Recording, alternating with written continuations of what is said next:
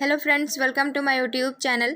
जैसे कि हम लोगों ने झारखंड बीएड एंट्रेंस एग्ज़ाम के लिए टीचिंग एप्टीट्यूड के सीरीज़ को स्टार्ट किए थे, उनमें से 20 क्लासेस हो चुकी हैं और ये सारे के सारे इम्पोर्टेंट क्वेश्चंस कराए गए हैं। आज 21st क्लास नंबर है जिसमें शिक्षण अभियोग्यता के 40 क्वेश्चंस कराए जाएंगे। ये भी इम्पॉर्टेंट है। हम कह नहीं सकते हैं कि एग्ज़ाम में किस तरह के क्वेश्चन पूछे जा सकते हैं एग्जैक्ट, लेकिन हम उस पैटर्न को फॉलो करके अपना तैयारी को स्ट्रॉन्ग कर सकते हैं। आप लोग टेलीग्राम ग्रुप से ज्वाइन हो जाइएगा, लिंक मैं डिस्क्रिप्शन में दे दूंगी। ये वीडियो लंबी होने वाली है तो आपको डरना नहीं है। देखिए, अभी अगर हम मेहनत करेंगे तो उसका फल हम लोगों को ज़रूर मिलेगा, और अभी हम भागेंगे तो इसका फल भी हम लोग को आगे मिलेगा, वो भी नेगेटिव में मिलेगा। तो अपनी तैयारी को स्ट्रॉन्ग करना है हमें। 40 क्वेश्चंस आते हैं टीचिंग एप्टीट्यूड के। ये स्कोरिंग सब्जेक्ट है और रीजनिंग भी स्कोरिंग सब्जेक्ट है जिसमें 30 क्वेश्चंस आते हैं। इन दोनों सब्जेक्ट में अगर हमारी पकड़ अच्छी बन जाए तो हम अच्छा स्कोर कर सकते हैं और हमें गवर्नमेंट कॉलेज मिल सकता है। तो चलिए फिर स्टार्ट करते हैं। 31st नंबर क्वेश्चन है, ये जो है, बालक की कमजोरी के क्षेत्रों का पता लगाने के लिए किसका प्रयोग किया जाना चाहिए। देखिए, बालक जो है वो कमज़ोर है किसी भी सब्जेक्ट में, तो इस चीज़ को पता लगाने के लिए हम क्या करेंगे। ऑप्शन ए है प्रमापीकृत, बी है उपचारात्मक, सी है निबंधात्मक और डी है निदानात्मक। तो इसका करेक्ट आंसर होगा ऑप्शन डी। ये क्या होता है? निदानात्मक का मतलब क्या होगा कि देखिए, डायग्नोस्टिक टेस्ट होता है, इसमें टेस्ट लिया जाता है। और उपचारात्मक में क्या होता है? इसमें रेमेडियल टेस्ट होगा और ये ऐसे परीक्षण। तो इसका करेक्ट आंसर होगा ऑप्शन डी, जो कि निदानात्मक परीक्षण होगा। 32 नंबर क्वेश्चन है, यहाँ पर देखिए, बुद्धि के दो खंड सिद्धांत के प्रतिपादक कौन है। बुद्धि के एक खंड, तीन खंड, बहुखंड भी हैं। देखिए, जैसे ये क्वेश्चन आ गया तो एक खंड, द्विखंड, बहुखंड और त्रिखंड को भी हम लोग देखते हुए चलेंगे, ताकि जो है क्वेश्चन यहाँ पर रिलेट कर लेंगे और ऐसे क्वेश्चन पूछा जाएगा इससे रिलेटेड, तो वो भी अटेम्प्ट हो जाएगा हमारा। तो सबसे पहले यहाँ पर देखते हैं कि बुद्धि के दो खंड सिद्धांत के प्रतिपादक कौन है, तो उसका आंसर होगा स्पीयरमैन होगा। ठीक है, यहाँ पर दो खंड पूछा है। जब तीन खंड पूछेगा तो इसके तीन खंड सिद्धांत का प्रतिपादक कौन है, वो भी स्पीयरमैन ही है। और एक खंड सिद्धांत के, बुद्धि का एक खंड सिद्धांत का प्रतिपादक पूछेगा तो वो कौन होगा? टर्मन होगा। और इसके साथ बीने भी होगा। बीने टर्मन अगर साथ में दिया होता तो वो आंसर करेक्ट हो जाता। यहाँ पर ओनली टर्मन है, तो इस तरह से हम लोग रिलेट करते हुए चलेंगे। ठीक है, तो बुद्धि का एक खंड सिद्धांत का प्रतिपादक जो है बीने है, टर्मन है और स्टर्नर है। ठीक है, उसके बाद जो है बुद्धि के बहुखंड सिद्धांत के प्रतिपादक कौन है, तो इसका आंसर होगा थॉर्नडाइक होगा। लेकिन यहाँ पर जो ये जो क्वेश्चन है, बहु का द्विखंड या फिर दो खंड सिद्धांत जो है स्पीयरमैन ने दिया था, और जो मैं आपको बताई हूँ उसे नोट डाउन कर लेना है, आपको कॉपी पेन लेकर के बैठना है। थॉर्नडाइक बहुत इंपॉर्टेंट है। इन्होंने एसआर थ्योरी दिया था, जो कि इसका मतलब स्टिम्युलस होता है, एस का मतलब, और आर का मतलब होता है रिस्पॉन्स। थॉर्नडाइक जो है बिल्ली पर प्रयोग किए थे और ये अमेरिका के रहने वाले थे। ऐसे हम लोग एक एक करके समझते हुए चलेंगे। बीने के बारे में आप लोग पढ़ लेंगे, टर्मन के बारे में पढ़ लेंगे। तो इन ऑप्शंस को भी क्या करना है? देखना है और समझना है। 33 नंबर क्वेश्चन है, सृजनात्मक का एक तत्व समस्या की करता है, पहचान, पुनर्व्याख्यान, सामंजस्य, परिहास, प्रियता। तो इसका करेक्ट आंसर होगा ऑप्शन बी। 34 नंबर क्वेश्चन है, a mind that found itself नामक पुस्तक के लेखक कौन है। ऑप्शन है गुड है, C.W. वियर्स है, ड्रेवर है और लेडल है। तो इसका करेक्ट आंसर होगा ऑप्शन बी, C.W. वियर्स है। 35 नंबर क्वेश्चन है, ब्रेल लिपि किसके लिए उपयोगी है। तो ब्रेल लिपि जो है ना, ये अंधे बालक जो नेत्रहीन होते हैं उनके लिए उपयोगी है। ये ब्रेल लिपि कैसा होता है? इसे जो नेत्रहीन जो चाइल्ड होते हैं, बालक होते हैं, वो उसे स्पर्श करके, छू करके उसे समझते हैं। जैसे कि हम लोग ए को इस तरह से लिखते हैं, लेकिन ब्रेल लिपि में क्या होगा? ए को ओनली ऐसे डॉट से लिखा जाएगा और ये उभार रहेगा। ठीक है, जिससे जो है बच्चे उसे छू करके समझ सके कि एक बिंदी है, उभार रहेगा, इसका मतलब ए है। और अगर यहाँ पर बी है, ठीक है, तो बी के लिए 2 बिंदी इस टाइप से होगा, और सी लिखा होगा तो उसके लिए क्या होगा, देखिए इस तरह से होगा, यहाँ एक बिंदी, फिर ये और नीचे इस तरह से होगा, ठीक है। ये लकीर नहीं रहेगा लेकिन ऐसे बिंदी दिया हुआ रहेगा, तो ऐसे डॉट दिया हुआ रहेगा। इसी से वो लोग जो हैं समझते हैं और अपना पढ़ाई करते हैं। ये ब्रेल लिपि किसने दिया था? ये नेत्रहीन एक फ्रांसीसी आविष्कार लेखक थी जो कि लुई ब्रेल थी, वो भी नेत्रहीन ही थी। उसी ने ब्रेल लिपि का जो है आविष्कार किया था, और ये 1821 में हुआ था, ठीक है। लुई ब्रेल थी, वो कहाँ की थी? फ्रांस की थी। लुई ब्रेल ने ही ब्रेल लिपि का आविष्कार किया था 1821 में। तो ये आप लोग अच्छे से समझ गए। आई होप कि आप लोग समझ गए होंगे। अब से ये ब्रेल लिपि के बारे में पूछेगा तो आपका गलत नहीं होने वाला है। 36 नंबर क्वेश्चन को देखते हैं। शिक्षा का वास्तविक उद्देश्य क्या है? जो एजुकेशन है इसका रियल ऑब्जेक्टिव क्या है? वास्तविक उद्देश्य जीविका है, अधिकार है, ज्ञान है, विकास है। तो इसका जो रियल ऑब्जेक्टिव होता है ये क्या होता है? जीविका होता है, लाइवलीहुड होगा। तो 36 का करेक्ट आंसर होगा ऑप्शन ए होगा। 37 नंबर क्वेश्चन है। शिक्षक के लिए शिक्षा मनोविज्ञान का अध्ययन क्या है? आवश्यक है, अनावश्यक है, सामान्य है, इनमें से कोई नहीं। तो शिक्षक के लिए शिक्षा मनोविज्ञान जो है ये आवश्यक है, तभी वो समझ सकेंगे टीचिंग मेथड कैसे कराया जाना चाहिए, इफ़ेक्टिव वे में कराना चाहिए, किस तरीके से कराना चाहिए। ये सब चीज़ें शिक्षा मनोविज्ञान के अध्ययन से पता लग जाता है हमें। 38 नंबर क्वेश्चन है। छात्रों को अभी प्रेरणा प्रदान करने के लिए क्या अपनाएंगे? देखिए, मोटिवेट करने के लिए आप कौन सा एलिमेंट को अपनाएंगे? पुरस्कार एवं दंड, नवाचार, प्रतिस्पर्धात्मक शिक्षण, या फिर उपरोक्त सभी? तो उपरोक्त सभी हम लोग अपनाएंगे। 39 नंबर क्वेश्चन है। विद्यार्थी के प्रति अध्यापक के कार्य में शामिल है। विद्यार्थी के प्रति अध्यापक के कार्य में क्या शामिल है? गृह कार्य की जांच एवं पुनः कार्य देना।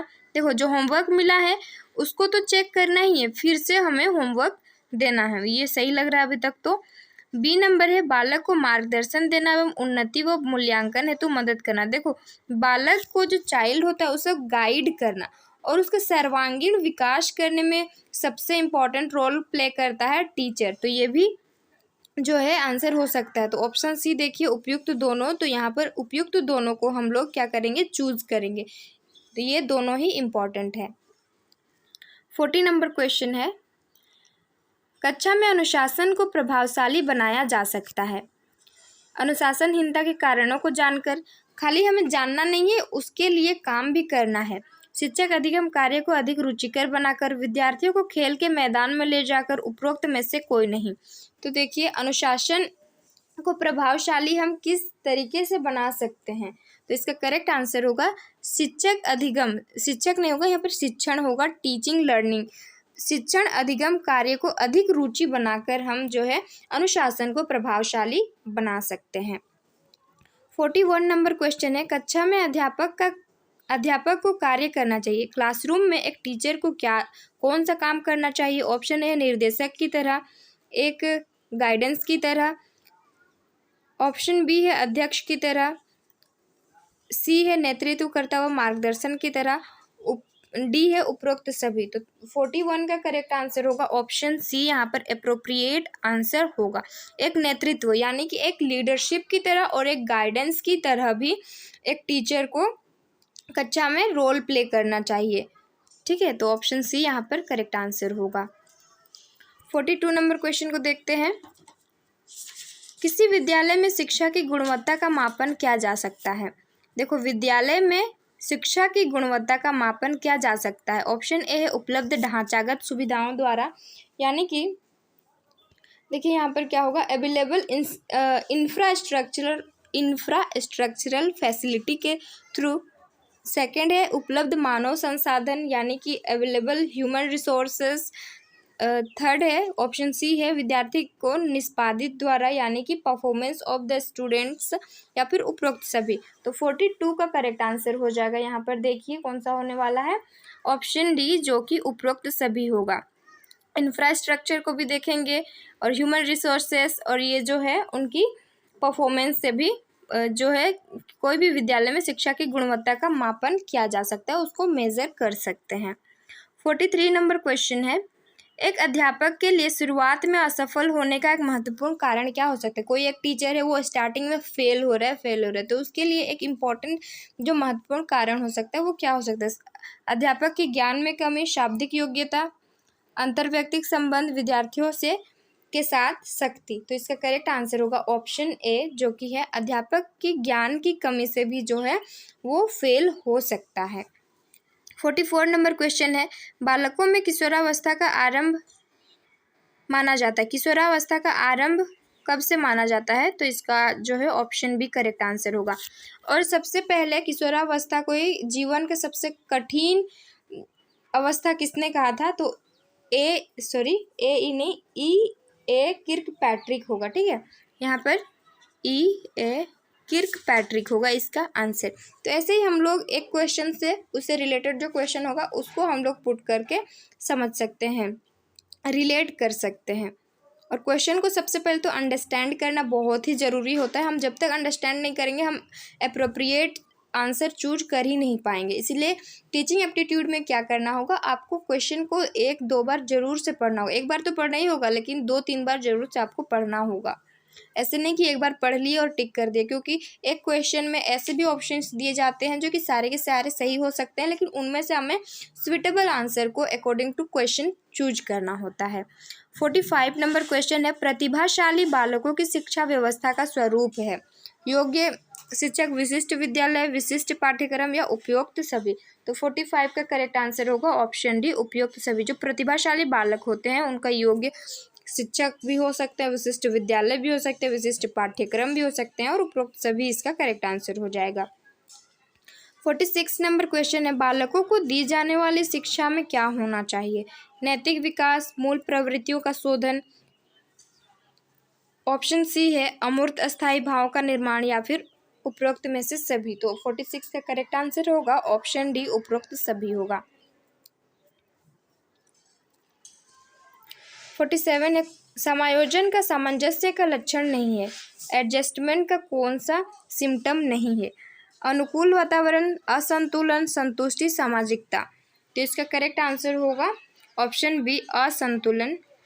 ऑप्शन बी करेक्ट आंसर होगा। 48 नंबर क्वेश्चन है, बच्चा को वर्ग में केंद्रित करने हेतु ऑप्शन है शैक्षिक वातावरण बच्चों के अभिरुचि के अनुकूल हो, अनुशासन कठोर और दंडात्मक ना हो।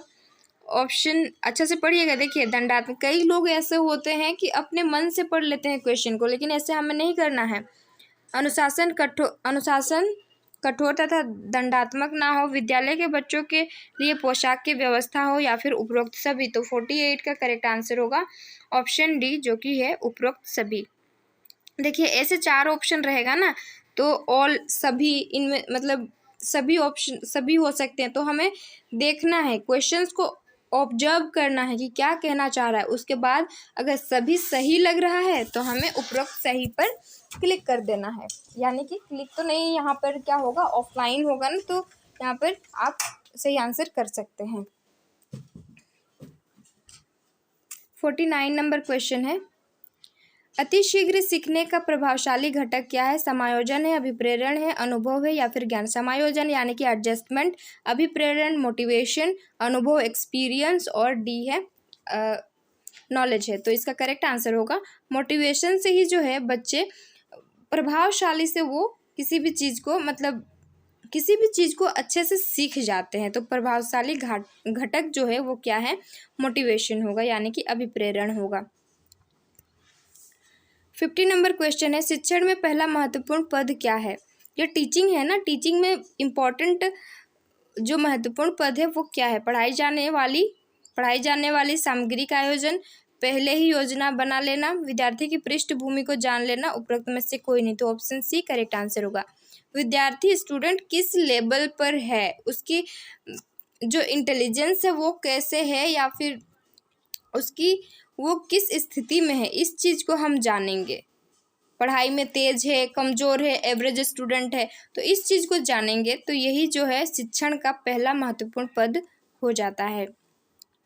51 नंबर क्वेश्चन को देखते हैं। यदि आपकी कक्षा में अधिकांश विद्यार्थी कमजोर हैं तो आप क्या करेंगे? अपने शिक्षण को धीमा करेंगे, उनकी परवाह नहीं करेंगे, अपनी शिक्षण गति को तेज रखेंगे ताकि विद्यार्थियों की बोध स्तर बढ़ा सकेंगे। अपने शिक्षण को धीमा करने के समय बुद्धिमान विद्यार्थियों को अलग से निर्देशित करेंगे। देखो, तो ऐसे सिचुएशन में हमें करना क्या है, मैं यहाँ पर बता रही हूँ आपको। अधिकांश बच्चे कमज़ोर हैं, यहाँ पर ये नहीं बोल रहा है कि कुछ बच्चे कमज़ोर हैं, अधिकांश बच्चे कमज़ोर हैं। इसके लिए हमें क्या करना होगा? शिक्षण को धीमा करने के साथ जो इंटेलिजेंट बच्चे हैं ना, बुद्धिमान विद्यार्थी हैं, उनको अलग थोड़ा सा निर्देश दे सकते हैं कि तुम लोग थोड़ा मैनेज कर लो ऐसे करके। और अगर यहाँ पर कहा जाता क्वेश्चन में, तो यहाँ इस क्वेश्चन का आंसर तो ऑप्शन डी होगा, लेकिन ऐसे कहा जाता है कि कुछ बच्चे जो हैं वो क्या है, कमज़ोर हैं। ऐसे में क्या करेंगे? ऐसे में एवरेज स्टूडेंट्स को लेकर के चलेंगे। इससे क्या होगा? जो कमज़ोर है वो बच्चे भी अपने आप को अडाप्ट करेंगे, और जो ज़्यादा जानते हैं, इंटेलिजेंट जो बॉय हैं, गर्ल हैं, कोई भी है, वो थोड़ा सा अडेप्ट करेंगे। ऐसे में एवरेज बच्चों को देख करके अगर समझाएंगे, पढ़ाएंगे, तो दोनों मैनेज कर सकते हैं, जो कि एडजस्टमेंट कर सकते हैं, अडाप्ट कर सकते हैं, आप कह सकते हैं समायोजन दोनों कर सकते हैं। शारीरिक रूप से विकलांग विशिष्ट विद्यार्थी हेतु विद्यालय में निम्नलिखित आवश्यक है। आवश्यक सामग्री की सुविधा, छात्रवृत्ति, कक्षा शौचालय में उचित प्रवेश की सुविधा, भोजन की व्यवस्था। ऑप्शन सी यहाँ पर करेक्ट आंसर हो जाएगा। 53 नंबर क्वेश्चन है, प्रारंभिक बाल्यावस्था में बालकों के सामाजिक व्यवहारों में किसका प्रधानता होती है? अनुकरण, प्रतिद्वंदिता, यौन विरोध, उपरोक्त सभी। तो प्रारंभिक बाल्यावस्था में बोला गया है, तो इसको हम लोग ध्यान में रखेंगे। 53 का करेक्ट आंसर जो है ऑप्शन डी हो जाएगा। 54 नंबर क्वेश्चन है, व्यक्तिगत विभिन्नताएं कितने प्रकार की होती हैं? तो व्यक्तिगत विभिन्नताएं जो है इंडिविजुअल डिफरेंस, वो 2 टाइप होती है, 2 प्रकार की होती है। शैक्षिक पिछड़ेपन के कारणों का पता लगाने के लिए प्रयोग किया जाता है। शैक्षिक पिछड़ेपन का कारण को पता लगाने के लिए कौन से ऐसे कारक है जिसको यूज करके हम पता लगा पाएंगे? ऑप्शन ए है उपलब्धि परीक्षण, निष्पत्ति परीक्षण, सी है प्रमापीकृत, और डी है निदानात्मक। तो इसका देखते हैं। 55 का करेक्ट आंसर हो जाएगा आपका ऑप्शन डी, जो कि निदानात्मक परीक्षण है। 56 नंबर क्वेश्चन है, शिक्षक के मानसिक स्वास्थ्य में बाधा पहुंचाने वाले कारक कौन कौन से हैं? न्यूनतम वेतन, अत्यधिक कार्यभार, निरंकुश प्रशासक, ऑप्शन डी है उपरोक्त सभी। तो 56 का करेक्ट आंसर होगा यहाँ पर ऑप्शन डी, उपरोक्त सभी हो सकता है। बालक के मानसिक स्वास्थ्य में उन्नति करने वाले कारक कौन है? अपूर्ण परिवार, निर्धनता, अल्पगृह कार्य, या फिर समान पाठ्यक्रम। तो इसका करेक्ट आंसर होगा ऑप्शन सी होगा, जो कि अल्पगृह कार्य है। बाल अपराध का एक कारण है। बाल अपराध का एक कारण क्या हो सकता है? दूषित वंशानुक्रम, दूषित वातावरण, खंडित परिवार, उपरोक्त सभी। तो करेक्ट आंसर होगा उपरोक्त सभी। थॉर्नडाइक का मुख्य नियम कौन सा नहीं है? थॉर्नडाइक के बारे में मैं पहले भी बताई थी, ये इंपॉर्टेंट है, इसके बारे में पढ़ना। ये बिल्ली पर अपना प्रयोग किए थे, एसआर थ्योरी दिए थे, और ये जो थ्योरी है ना, इसे बहुत सारे नामों से भी जाना जाता है, जैसे कि त्रुटि का नियम, ऐसे करके बहुत है, आप लोग उसको देख लीजिएगा।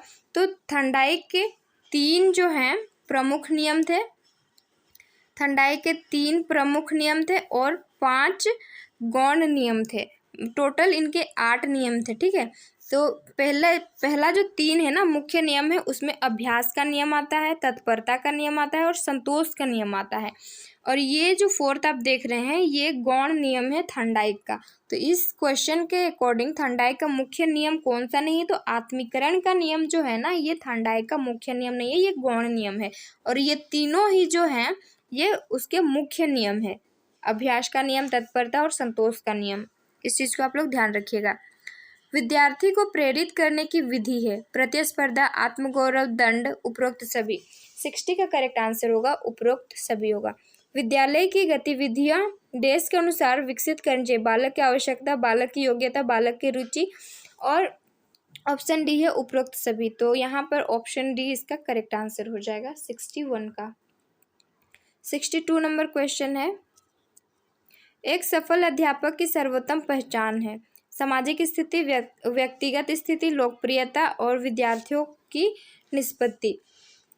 तो यहाँ पर करेक्ट आंसर होगा ऑप्शन डी, जो कि विद्यार्थियों की निष्पत्ति है। 63 नंबर क्वेश्चन है, अपने विद्यालय के प्राचार्य द्वारा लिए जाने वाला गलत निर्णय से आप क्या करेंगे? तो उनकी आलोचना करेंगे। वो गलत कर रहा है तो हम उन्हें कहेंगे कि ये चीज़ गलत है, ये नहीं कि उनकी गलत में भी हाँ हमें मिलाते जाना है, ऐसे नहीं करना है। 64 नंबर क्वेश्चन है, अध्यापक का मुख्य दायित्व क्या है? तो देखिए इसका करेक्ट आंसर क्या होने वाला है, ऑप्शन ए जो है करेक्ट आंसर होगा, कक्षा में जितना संभव हो उतना बेहतर अध्यापन करना, इसका करेक्ट आंसर होगा। 65 नंबर क्वेश्चन को देखते हैं, मानसिक संघर्ष का एक महत्वपूर्ण कारण है। मानसिक संघर्ष का एक महत्वपूर्ण कारण कौन सा हो सकता है? यौन आकांक्षाओं का दमन, आत्मसम्मान, प्रतिष्ठा की क्षति, खराब अंतर्वैयक्तिक, इनमें से सभी, इसका करेक्ट आंसर होगा। 66 नंबर क्वेश्चन है, कक्षा कक्ष में छात्रों की इच्छा को प्रभावित करने वाले बाह्य कारक कौन है? संवेग, भावुकता, जटिलताएं, छात्रों की अभिवृत्तियां, लक्ष्य एवं अभिप्राय। ऑप्शन डी है संस्कृति एवं प्रशिक्षण। तो 66 का करेक्ट आंसर होगा ऑप्शन डी, जो कि संस्कृति एवं परीक्षण है। 67 नंबर क्वेश्चन है, शिक्षा के स्तर में हास्य का मुख्य कारण क्या है? छात्रों की लापरवाही, शिक्षकों की अपारंगता और अभिभावकों की विचारमग्नता, और इनमें से सभी। तो 67 का करेक्ट आंसर है इनमें से सभी हो जाएगा। 68 नंबर क्वेश्चन है, कक्षा में श्यामपट्ट व्यवहार करते समय निम्नलिखित में से किस बिंदु पर ध्यान देना चाहिए? स्पष्ट और पठनीय शब्दों में लिखना, रेखाचित्र बनाते समय बहुरंगी चौकों का प्रयोग करना, श्यामपट्ट पर सीधी रेखा खींचना, इनमें से सभी। तो 68 का करेक्ट आंसर होगा ऑप्शन डी होगा। इन सब चीज़ों को हमें ध्यान रखना है। स्पष्ट तो हम लिखेंगे ही, और जो भी हम लिख रहे हैं उन्हें पढ़ा जा सकता है। और जब भी मानचित्र, रेखाचित्र कुछ भी बना रहे हैं, वो कलरफुल जो चौक होते हैं उनका यूज़ करेंगे और श्यामपट्ट पर सीधी रेखा में लिखेंगे। ऐसे नहीं कि यहाँ से स्टार्ट किया और यहाँ चले आए, ऐसे नहीं लिखना है, सीधा सीधा हमें लिखना है। इन सब चीज़ों को ध्यान देना है जब भी हम श्यामपट्ट पर यानी कि ब्लैक बोर्ड पर हम लिखते हैं। 69 नंबर क्वेश्चन है, ये इम्पोर्टेंट है, निम्नलिखित में से संयुक्त राष्ट्र संघ का कौन सा संगठन शिक्षा से संबंधित है? तो इसका करेक्ट आंसर होगा ऑप्शन बी, जो कि यूनेस्को है। 70 नंबर क्वेश्चन है, किस उम्र तक बच्चों की आदत विकसित हो जाती है? तो यहाँ पर देखिए 70 का करेक्ट आंसर क्या होगा, ऑप्शन बी, जन्म तक में बच्चों की आदत विकसित हो जाती है। तो ये थे 40 इंपॉर्टेंट क्वेश्चंस। कल भी हम लोग सीरीज करेंगे 40 इंपॉर्टेंट क्वेश्चंस के, ये भी। तो हमें कोई भी चीज़ों को छोड़ना नहीं है। आप लोग टेलीग्राम ग्रुप से ज्वाइन हो जाइएगा, जिसमें मैं ये PDF वहाँ पर दे दूँगी और इसका बाद में एनालिसिस करेंगे, जिससे कि आपका जो है प्रिपरेशन अच्छा हो सके।